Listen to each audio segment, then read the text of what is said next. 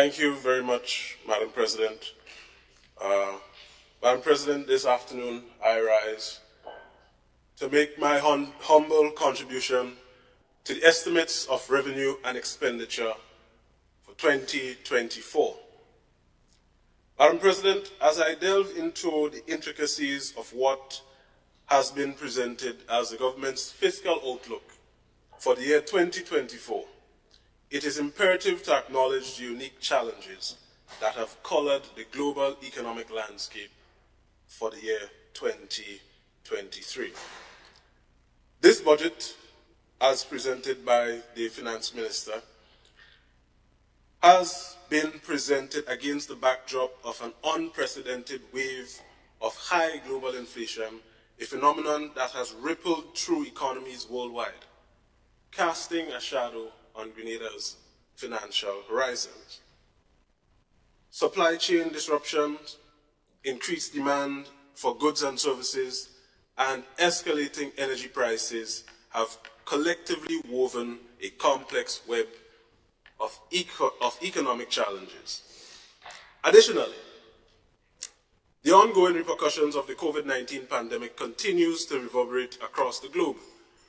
While some nations have made commendable strides toward recovery, it is essential to recognize that many countries are still navigating the intricate path to economic resurgence, hindered by the enduring effects of the pandemic. The pressing question that demands attention, in my view, at this time, Madam President, is what forces are propelling this surge in inflation and what can be done to ease the pressures on the ordinary man. And it is in this context I have assessed this budget. Madam President, I begin by looking at the government's outlook for youth. Madam President, every government in the past has stated their intention to prioritize youth development, identifying it as an important area of focus every fiscal year. Last year, the government laid out its ideas for youth development, most of it largely attacks generally on programs and initiatives initiated by the past administration. Madam President, this government boasts of a youthful team. And yet, in my view, based on my assessment of their performance in this year, 2023, they have done the least for youth development in this country. Madam President, under the new National Party administration, several programs were established and had significant positive impact on youth development and empowerment in Grenada, Carriacou, and Petit Martinique. Some of these programs include, Madam President, the Aspire program, Youth Biz, Project Reach, Project Fly, the Empower program, just to name a few. And I see, Madam President, when I assess this 2024 budget, I am yet to see a new program under the Ministry of Youth geared towards youth development in this country. Madam President, let me start by looking at the Empower program. This program, Madam President, provides young men, specifically young men, between the ages of 18 and 35 with opportunities for self-empowerment, holistic development, skills certification, and employment. In 2021, $1.98 million was spent on the Empower program. In 2022, $4.09 million was spent on the Empower program. In 2023, Madam President, the program's budgetary allocation was cut significantly by $1.5 million by this government, from $5 million to $3.5 million. And out of this $3.5 million budgeted for this year, 2023, $649,267, a mere 18.5% of the budget allocated for 2023 this year was spent. And we see again for 2024, Madam President, the program is expected to be cut by a further $1 million, Madam President. This trend of continued cuts in programs geared towards developing people, young people, specifically young people, can only mean that the program will accommodate fewer participants. And of course, if the trend continues, the program will cease to exist. Madam President, when I read and listen to stories from the Minister for Sports in Trinidad and Tobago, the Minister for Sports Community Development in Trinidad and Tobago, and their Black Diamond program, and the transformation, I'll use the word, transformation of that program, the Black Diamond program, into the Empower program. Interestingly so, after she met with Grenada's then Minister for Youth Development, the Honorable Kate Lewis Peters, I feel good. I feel proud to be associated with people who truly care about youth development in this country. Madam President, while the Twin Island Republic is moving speedily along to expand and continue its investment in the Empower program, we have here a government who has shown blatantly that it has no plans to accelerate and expand youth development in that area and give the young people of this country the opportunities they deserve. The young people of this country, Madam President, deserve better than what we currently have. They deserve better. They truly deserve better, Madam President. And I ask this question seriously. I ask the government seriously, Madam President. Not to score political points or anything like that. I ask seriously to reconsider the continued cuts in this program. And this comes from a genuine place. If you continue to cut the program, if you continue to scale down opportunities for young men specifically in this country, I do not want to preempt where we might be, Madam President. Madam President, especially against the backdrop of the fact that the party opposite the government, their manifesto in 2022 says that they intend to give second chance opportunities to all youth who did not complete primary, secondary, tertiary, and especially boys and dropouts. Madam President, the Empower program has equipped a number of the nation's young men with the skills necessary to find gainful employment. And I can think of a number of young men from the constituency of St. George Northwest, where I live, who have gotten an opportunity to better themselves and find gainful employment through this program. And Madam President, and as I mentioned employment, the Finance Minister did mention that in page 9 of his budget statement, that youth unemployment remains high. So as you cut investments in a program that was geared at equipping young men with the tools, the skill set to find employment, to employ themselves, to become entrepreneurs,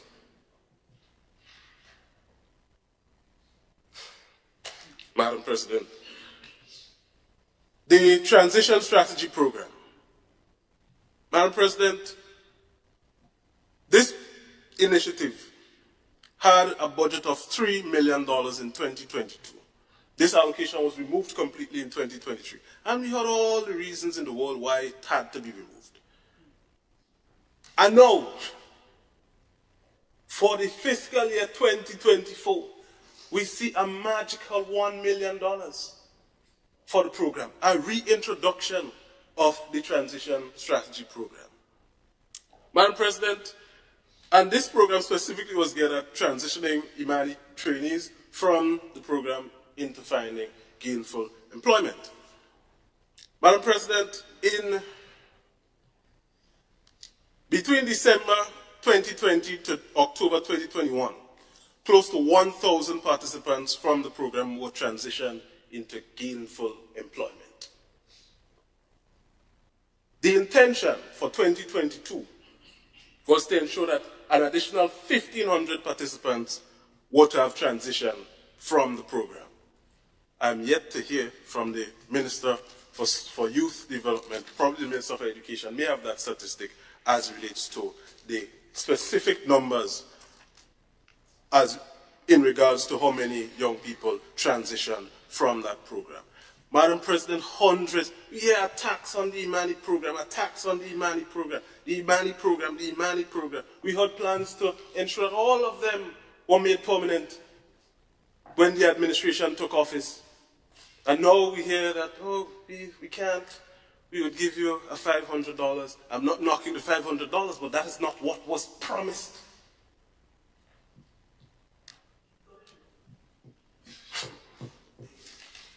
Madam President,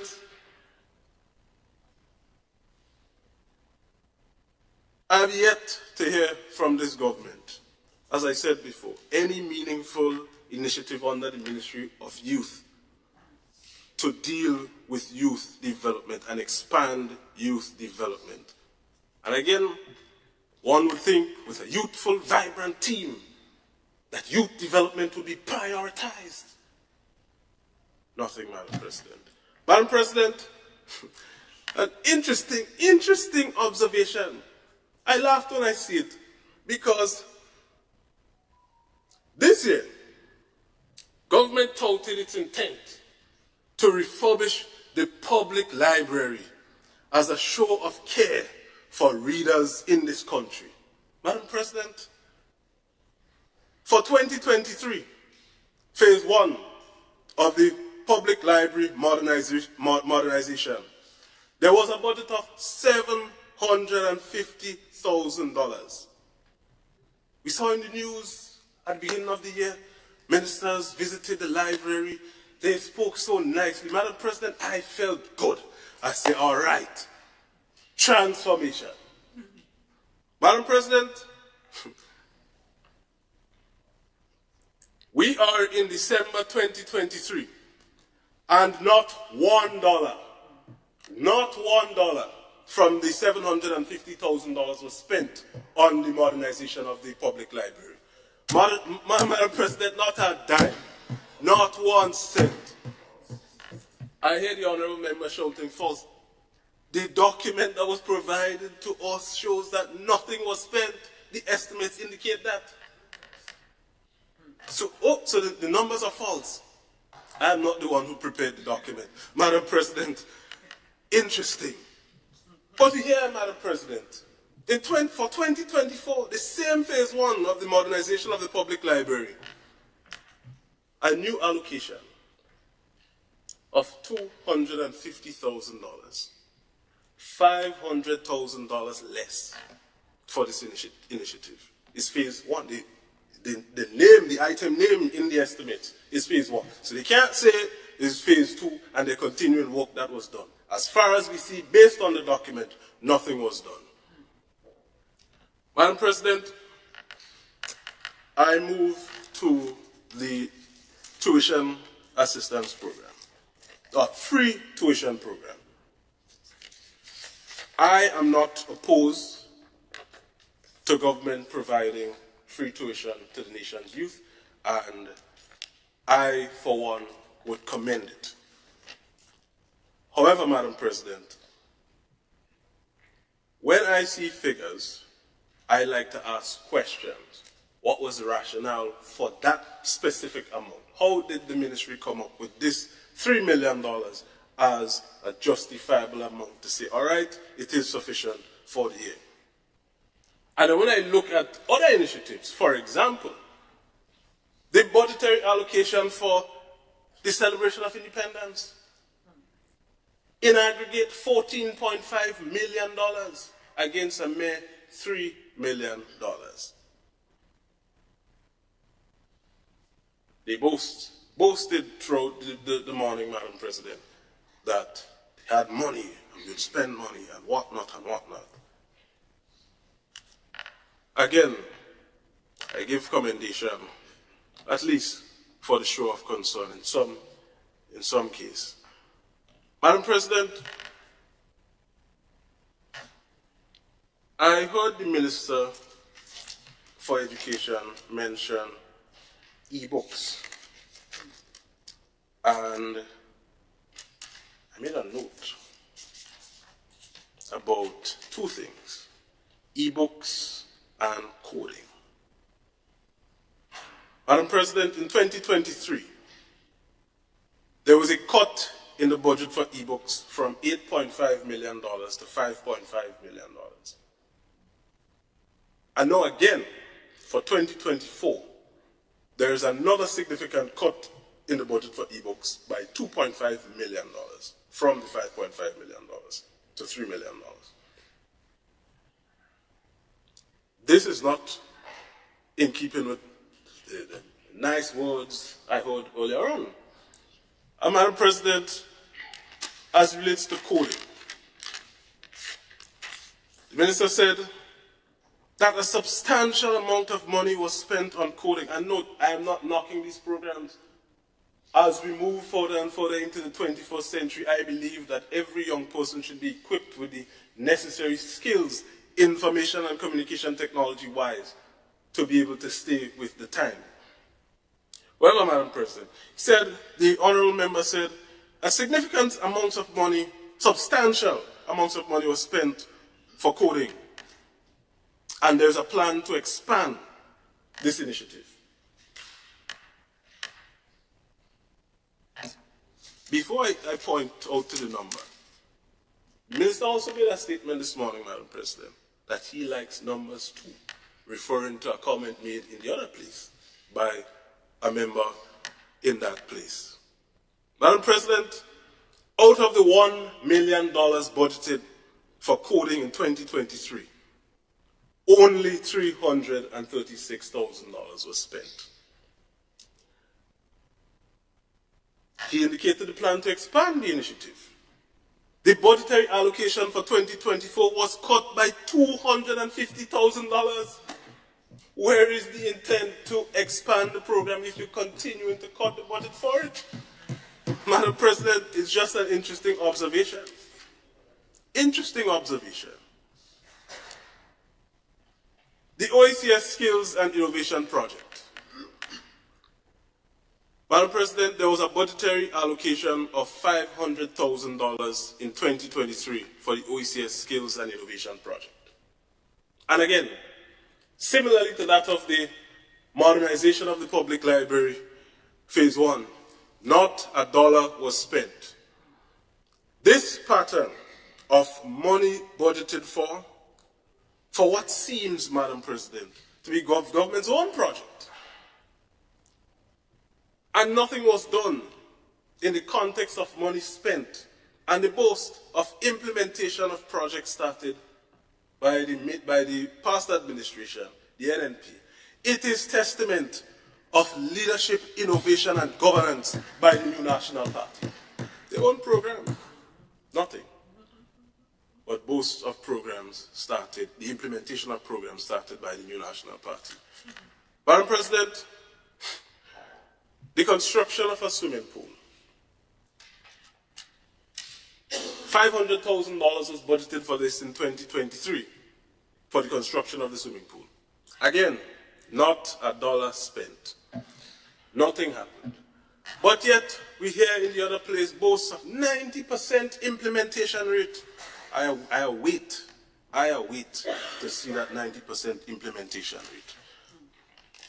Madam President, I move speedily along to the economy. The Minister for Education said this morning that food inflation is at a 6.8%, and the unemployment, well, I'll move to unemployment shortly. Let's look at the inflation rate that the Minister pointed out. And again, in the context of him saying he likes numbers too. Madam President, according to the Medium-Term Economic and Fiscal Report 2024 to 2026, as laid before this Honourable House by the Leader of Government Business, the IMF's baseline forecast for the pace of global economic growth to decelerate from an estimated 3.5% in 2022 to to 3% in 2023 and 2.9% in 2024. The document also says that period average inflation, as measured by the Consumer Price Index, the CPI, was 3% for the first 9 months of 2023. Specifically, food and fuel inflation were at 8.7% and 1.2% respectively. The love for numbers seems to be void, Madam President, because 6.8 and 8.7 are two different percentage points. Madam President, in the wake of this glaring revelation, I wonder, where is the transformation agenda spoken so boldly about by this administration? Senator Franklyn, please, you are interrupted with a point of order. Yes, Madam President. So I rise, Madam President, on a point of order because the honourable member on the other side is attributing to me figures that I did not declare in my own capacity. I quoted a document produced by the quotation coming from an IMF World Bank report. And so these figures are not mine. I didn't make them up because I presented and I quoted that those were the sources that they came from. And as such, I would want the member not to attribute those statements to my calculations and my pronouncements, but as I declared them, the quotation from the World Bank and IMF report.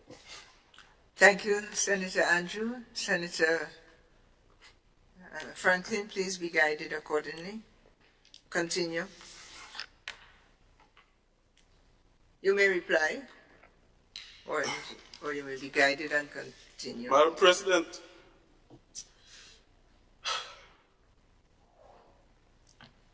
I will not respond. I will not respond to that. The fact is, the document laid before the House says one thing. The honourable member stood and said something. I am simply comparing what was said before the honourable House to what was presented before the honourable House. I am not saying that the honourable member lied. But he made reference to a figure. I am making reference to a figure based on the documents provided to us by the government. Madam President, one would think that as the government is aware of this economic downturn for 2024, they would move to expand capital expenditure significantly to ensure growth in the economy. But what we see is a mere 7% increase in spending for capital expenditure. And this 7%, Madam President, is largely to accommodate the inflationary prices in building material. Madam President, government's capital expenditure can act as an economic stimulus, especially during periods of economic downturn. By injecting funds into capital projects, the government can boost demand for goods and services, supporting various industries and promoting overall economic growth. But we see again, like 2023, the 2024 fiscal year will realize significant increases in recurrent expenditure and not that of capital expenditure. I might also add, Madam President, that this can be considered an indication of government's lack of innovation and competence to develop and implement their own projects as they have decided to continue the implementation of projects created previously by the New National Party. It is all well and good that the government has decided to continue with those projects. But I mean, I've heard so much about transformation. I thought something new was going to come. But no new projects. From the bathroom and toilet program to WASH, from debushing to BEST, beautification, empowerment, sustainability and transformation, and from the special projects to community mobilization, empowerment and transformation. Nice names. I love the words, you know. One thing I give you credit for, renaming, you would have done. Madam President, I see two new projects, Teaching Hospital and Project 500. I'll give you credit for that. I'll give you credit for that. I mean, giving this credit through you, Madam President.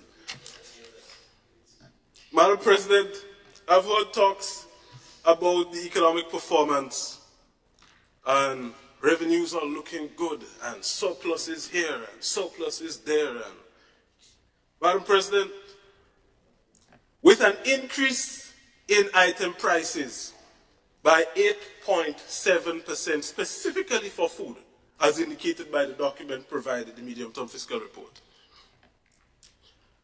it is obvious that revenue collecting agencies like the Customs Division and Inland Revenue, specifically on VAT for inland revenue, will realize an increase in revenue collection. Several factors support this assessment. Initially, post-pandemic shifts in consumption patterns would most likely have already occurred. This implies that despite a decrease in consumption, the inflation in price will contribute to increased tax revenue. Consequently, a substantial portion of augmented customs collection can be attributed to inflation.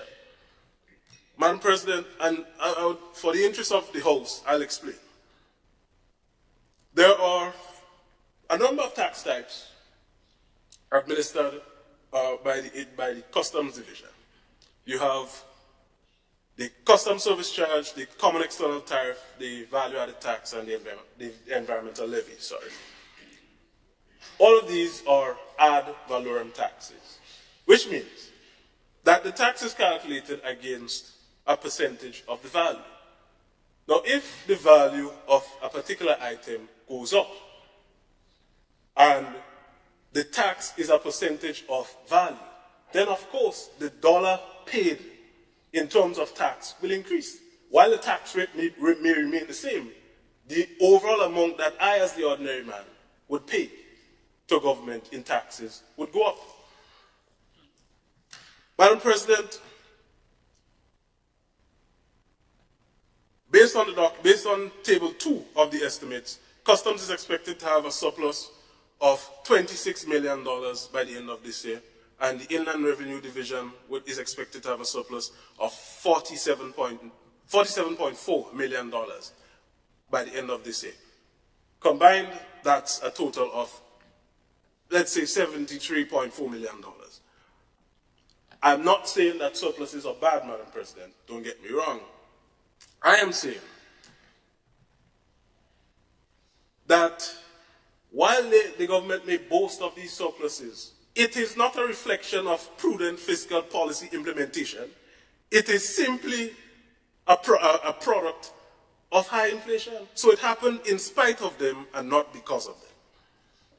Additionally, Madam President, as the surplus is realized, it is essential to assess how the anticipated revenue can be distributed amongst the sectors that directly impact the citizens of this country.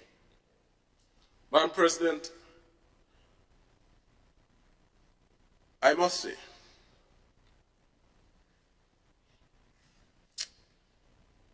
I'll get back to that comment, Madam President. But, Madam President, instead of utilizing the excess revenues earned for critical public sector investments, we see that budgetary allocations have gone to increase recurrent expenditure, largely, in my view, to accommodate self-interest and the interests of a few, rather than the majority of the Grenadian people and the workers of this country. Madam President, a particular minister, I won't call name, a particular minister gave the impression in the other place that upon taking office, they were able to bring unemployment from 28% to 11.9%. Madam President, I would like to bring to the attention of this honorable House that I think all of us and the general population need to understand this. And the Honorable minister in the other place taught me economics, Madam President. So of course, I have to show what I've learned from the honorable gentleman, because he's good at teaching, you know. He's good at teaching. Madam President, in the year 2020, in presenting the 2021 budget, the Honorable Gregory Bowen indicated in his presentation that preliminary data suggests the unemployment rate is already declining from the 28.4% that it was in 2020 to around 20% by the end of that year, and attributed that decline to expansions in construction, agriculture, wholesale and retail, and all of that. Madam President, in 2021, in presenting the 2022 budget, same Finance Minister, the Honorable Gregory Bowen, indicated in his presentation that some 13,603 jobs have returned, with the unemployment rate falling from 28.4%, where it was at the second quarter of 2020, to 16.6%. And I did hear the Honorable Member, Minister for Education, mention the 16.6% at the beginning of his presentation. Madam President, in 2022, in presenting the 2023 budget, the Honorable Deacon Amos Thomas Mitchell, our Prime Minister of the Spice Isle, DATM, as the leader of government business said, indicated, despite a noticeable decline in the unemployment rate relative to 2020, unemployment remains stubbornly high and is preliminarily estimated to be 13.9% at the end of the first half of that year. Madam President, in 2023, in presenting the 2024 budget, the Honorable Dennis Cornwall indicated so well,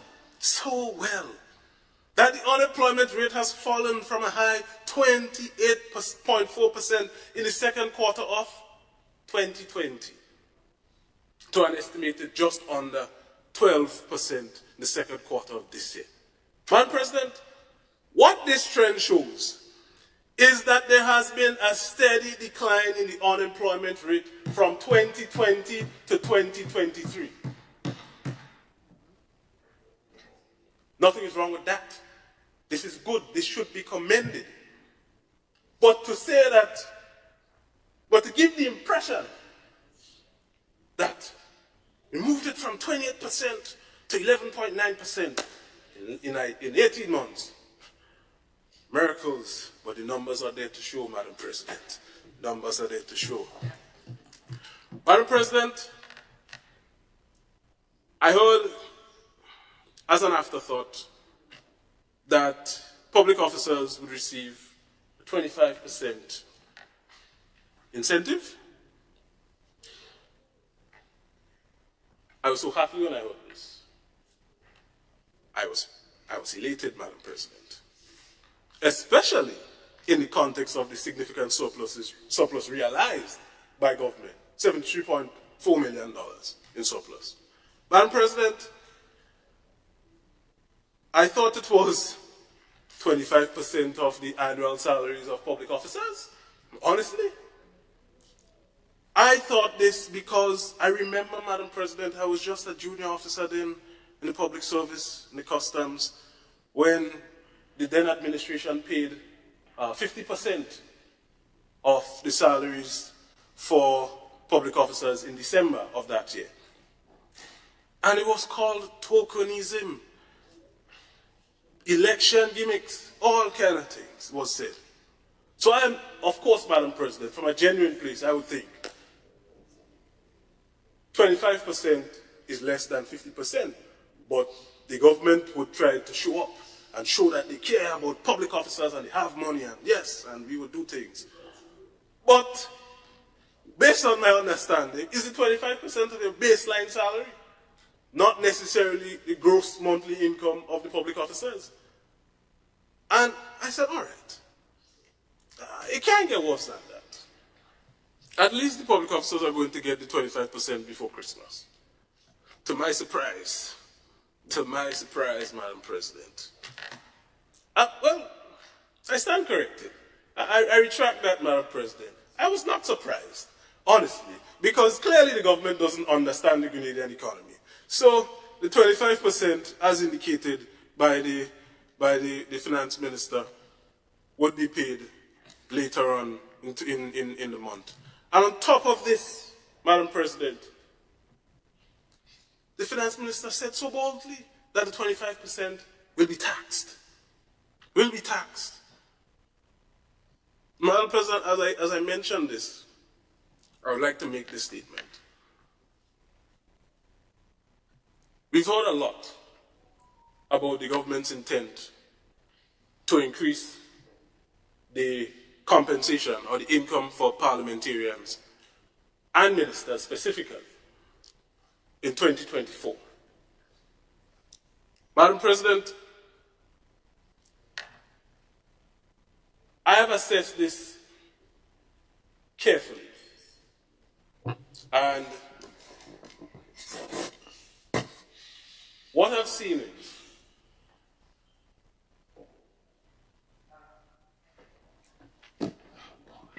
thank you. Madam President. Senator Thomas. Yeah, just point a, of yes, just order. a little correction to the honourable senator. We have no intention of increasing ministers' salary. It's for parliamentarians strictly, and not increase in some cases because there are some parliamentarians that get zero. Thank you, Madam President. Thank you for that clarity. No increases in the minister's salary, increases in parliamentarian salary.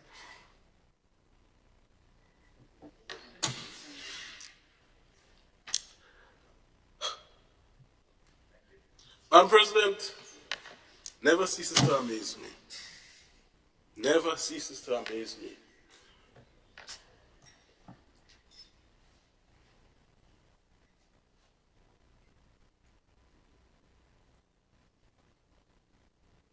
In this honorable house,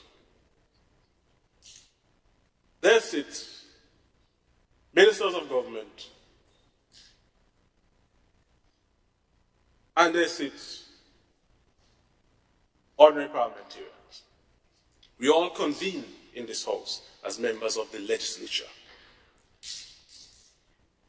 It was said that all members in this house would receive a 3,500 increase. So, from January 2024, all members in this house would get $3,500. The members on this side are not ministers of government. The members on that side are ministers of government. If you are adding $3,500 to what the honorable members are getting in their capacity as ministers, that is an increase in your income. Madam President, I am not saying an increase in salary for ministers, an increase in income. And the honorable member is so agitated to stand. But he's not listening. Through you, Madam President. I have no opposition to regular members of parliament receiving an increase in their income. But to have ministers of government who sits in the parliament get the additional 3,500, specifically for senators and those in the lower house, receive $5,000. Madam President, this comes against the backdrop of the government coming to this honorable house and amending the fiscal responsibility legislation. And when questions were asked, what was the intention of that move? To move the wage bill rule from 9% of GDP to 13% of GDP. It was said to take care of the public officers of this country. And what we see, Madam President,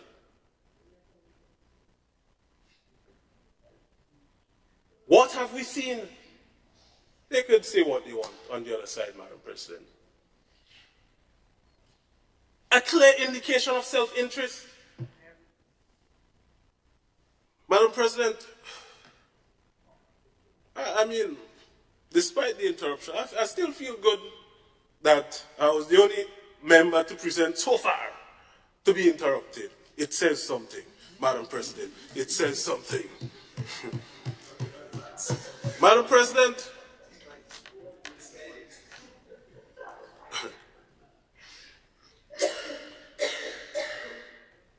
go ahead. What do they say? Long rope for Magago? Go ahead, man. Madam President, we heard about merit. Anything that public officers have to get now is based on merit. And I ask this question, Madam President. What has some of the ministers on the other side done in the last 18 months to warrant the merit benefits that they are receiving, that they will receive from January? What warrants that?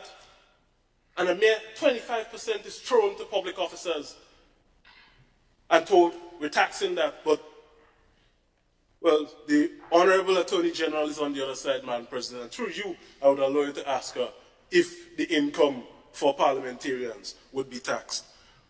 Madam President,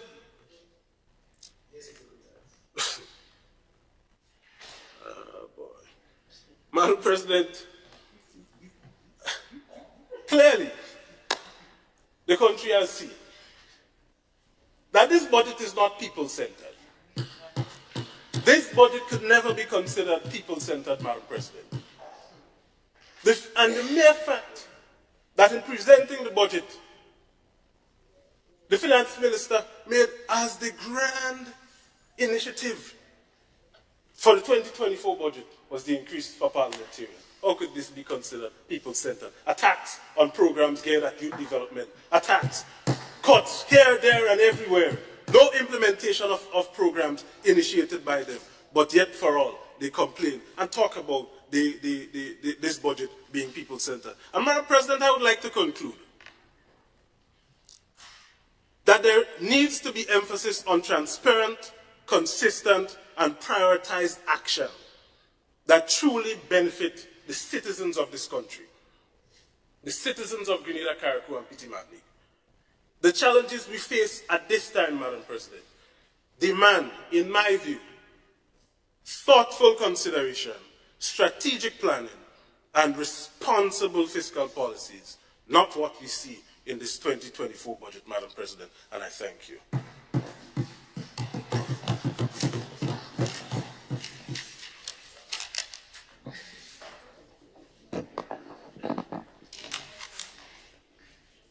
Thank you, Senator Franklin.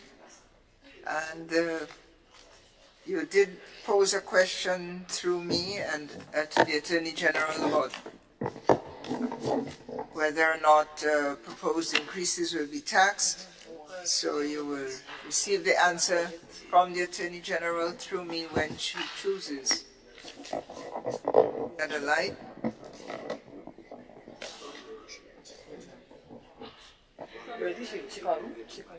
There's no light, so we move to Senator Gloria Thomas.